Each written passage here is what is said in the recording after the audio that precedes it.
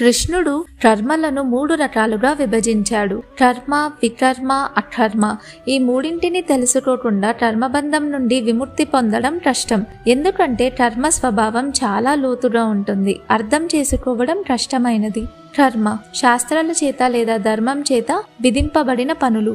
ఉదాహరణకి ధర్మయుద్ధం. అవి శుభకరమైన పనులు. వికర్మ శాస్త్రాల చేత నిషేధించబడిన అశుభకరమైన పనులు. ఉదాహరణకి పాపకార్యాలు, ఇతరులకు హాని కలిగించడం. ఇవి బంధానికి దారితీస్తాయి. అకర్మ కర్మ ఫలితంపై ఆసక్తి లేకుండా కేవలం భగవంతుడి ప్రీతి కోసమే చేసే పనులు. ఇవి మన ఆత్మని బంధించవు.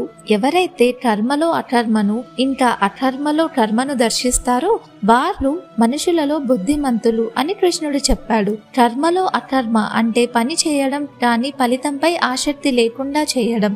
ఇంకా అకర్మలో కర్మ అంటే బాహ్యంగా ఎలాంటి పను చేయనట్లు నిశ్చలంగా ఉన్నా కూడా మన ఇంద్రియాలలో భగవంతుడి గురించి ఆలోచించడం, ఆరాధించడం అవుతుంది. కర్మణో హ్యపి బోధవ్యం బోధవ్యం చ వికర్మణః అకర్మణశ్చ బోధవ్యం గహనా కర్మణో గతిః కర్మణ్యకర్మ యః పశ్యేద్ అకర్మణి చ కర్మ యః స బుద్ధిమాన్ మనుష్యేషు స యుక్తః కృత్స్న కర్మ కృత్.